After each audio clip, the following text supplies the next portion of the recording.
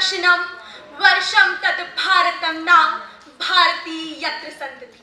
जिसके उत्तर में हिमालय व दक्षिण में समुद्र है, वह पुण्य भूमि है भारत। और माँ भारती के श्री चरणों में अनेकों वीर सपूत न्यौछावर करने वाली पंजाब की इस पावन भूमि को सर्वप्रथम मेरा कोटि कोटि नमन। नमस्कार। पंतनगर विश्वविद्यालय से मैं गरिमा द्विवेदी सदन के विषय एकता के पृष्ठ पर एक रूपता की स्याही पर अपने विचार प्रस्तुत करने की अनुमति चाहती हूँ। भारत विविधताओं से परिपूर्ण, संस्कृतियों से संपन्न, अन्य भाषाओं से भूषित, असंख्य शौर्य गाथाओं से गर्वित। यह साक्षी है कुरुक्षेत्र का तो प्रत्यक्षदर्शी है जलियांवाला बाग का। यह केवल भूभाग नहीं अपितु विचार है, जड़ नहीं चेतन है, सुप्त नहीं जागृत है, नश्वर नहीं शाश्वत है, खंड नहीं समग्र है, विकल नहीं सकल है। परंतु महोदय, समकालीन विश्व में आज ऐसे भी अनेक साम्यवादी, पूंजीवादी और समाजवादी राष्ट्र हमारे समक्ष विद्यमान है, जिनकी मानसिकता सदैव से अपनी परंपराओं को दूसरों पर थोपने की रही है। वे एक ऐसी विचारधारा के अंतिम छोर पर खड़े हैं और उससे ऐसे बंधे हुए हैं कि वही कट्टरपंथा उनकी पहचान बन गई है। अयम निजा परोपेति गणना लघु चेतसाम उदार चरिता नाम तू वसुधैव कुटुंबकम। अर्थात अपने पराये की भावना तो छोटे हृदय वाले लोग करते हैं, परंतु महोदय, भारत ने तो सदा से ही विश्व कल्याण के मूल मंत्र वसुधैव कुटुंबकम पर बल दिया है। हम एक ऐसे राष्ट्र से आते हैं जिसने कालांतर में विश्व के अनेक धर्म, जाति, संप्रदाय, मान्यताओं, परंपराओं को अपने भीतर समेट एक सूत्र में बांधा है। और इतनी विविधता होने के बावजूद भी हम एक ऐसी प्रचंड, प्रखर, समरस एकता की मिसाल कायम करते हैं जिसकी परिकल्पना कभी किसी राष्ट्र ने करी ही नहीं। ऐसी संकल्पना जिसे देख समय भी चौंक गया। महोदय, यह बात तर्कसंगत है कि भारत की विविधता ही उसकी जीवंतता का प्रतीक है और एकता उसके अस्तित्व की शर्त।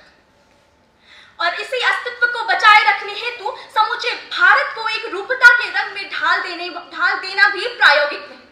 परंतु महोदय, जब यही समाज की विविधता न्याय की विविधता बन जाए और इसी न्यायिक विविधता के चलते देश में शाहबानो और सरला मुद्गल जैसी अनेकों महिलाओं का तिरस्कार होने लगे, तो यह विविधता भी किसी आपदा से कम नहीं। यदि वैविध्यपूर्ण राष्ट्र में एकता होने के बावजूद भी धर्मों के बीच द्वेष का भाव, राष्ट्रहित को दरकिनार कर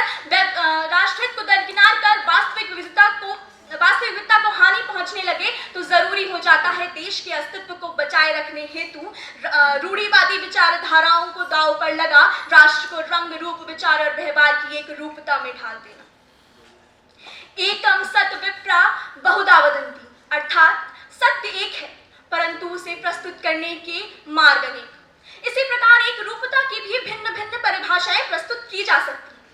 परंतु महोदय, एक रूपता का अर्थ यह बिल्कुल भी नहीं कि हम किसी बगीचे में केवल एक ही रंग के फूलों को लगा दें, बल्कि एक रूपता का वास्तविक अर्थ तो उस बगीचे में विभिन्न विभिन्न रंगों के फूलों को लगा उन्हें एक समान खाद, पानी, धूप, छांव प्रदान करना है। प्रत्येक रंग को निखार उस बगीचे को और सुंदर बनाना है। और ऐसे ही सामाजिक एक रूपता की परिकल्पना हमारे पूर्वजों ने भी की, जिसमें सभी धर्म, जाति, लिंग, वर्ग, संप्रदाय के लोगों को एक समान अधिकार प्राप्त हो, ना कि एक ऐसे समाज की जिसमें लोगों को उनके अधिकारों से वंचित कर राष्ट्र को पतन की ओर ढकेल दिया जाए।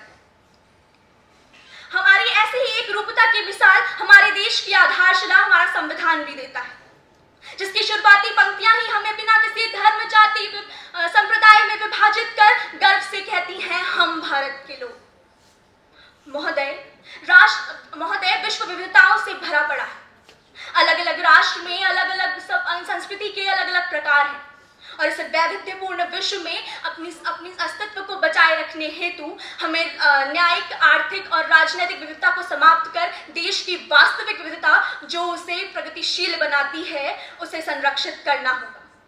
यदि हम सर्वजन हिताय, सर्वजन सुखाय की भावना से एक रूपता को ला पाते हैं तो अवश्य ही एक रूपता की स्याही भारतीय विविधता एवं एकता के पृष्ठ पर किसी काले धब्बे के समान नहीं अपितु नजर के काले टीके के समान परिलक्षित हो सकेगी। और अंत में अपनी वाणी को विराम देते हुए मैं बस इतना ही कहना चाहूंगी कि हम सब सुमन एक उपवन के, हम सब सुमन एक उपवन के, एक हमारी धरती सबकी, मिली एक ही धूप हमें है, मिली एक ही धूप हमें है, सींचे गए हैं एक जल से हम, बड़े हुए हैं झूल झूल कर हम पलनों में एक पवन के, हम सब सुमन एक उपवन के। धन्यवाद। जय हिंद, जय भारत।